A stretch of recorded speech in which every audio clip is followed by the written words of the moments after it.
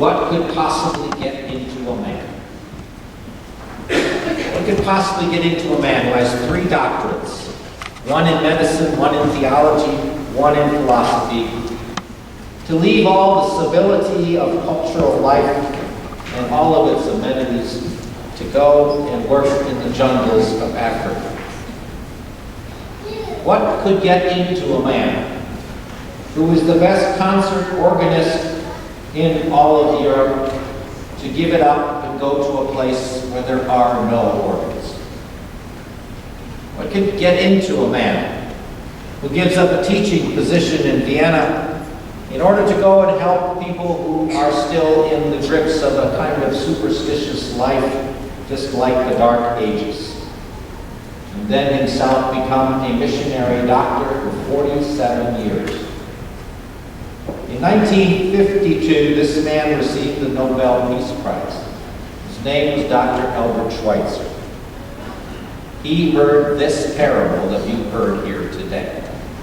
It affected him greatly. He believed that the rich should share with the poor, and he decided to do something about it himself. Couple this parable with the other parable that Jesus talks about when it comes to the final judgment.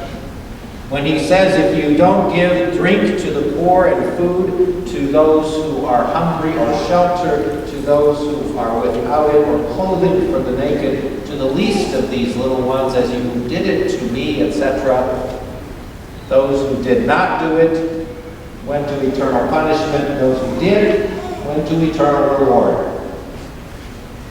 So today, in our lives now, every day, we have ways in which we can respond to this parable in our lives. By our gifts, by our tithes, and in the future, even by our estate planning. Whatever it is, these things should kind of get us just a little bit concerned, because they challenge us right to the core. Because what is it that sits right next to our heart? It's not our ribs, it's our willful. So the key issue today in this parable, seems to me, is that the rich man never noticed Lazarus. Where was he? He was at his door for years. The rich man had to walk over Lazarus to get into his house. He never noticed.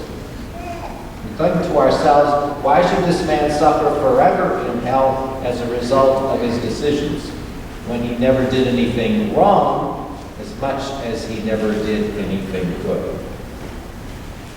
Material wealth has nothing to do with moral uprightness. There's a whole lot of crooks that are rich. It's all a gift. So be generous with the gift, just like the giver is with you, with me. This God who is never to be outdone in his generosity, we can never be as generous as God is to us.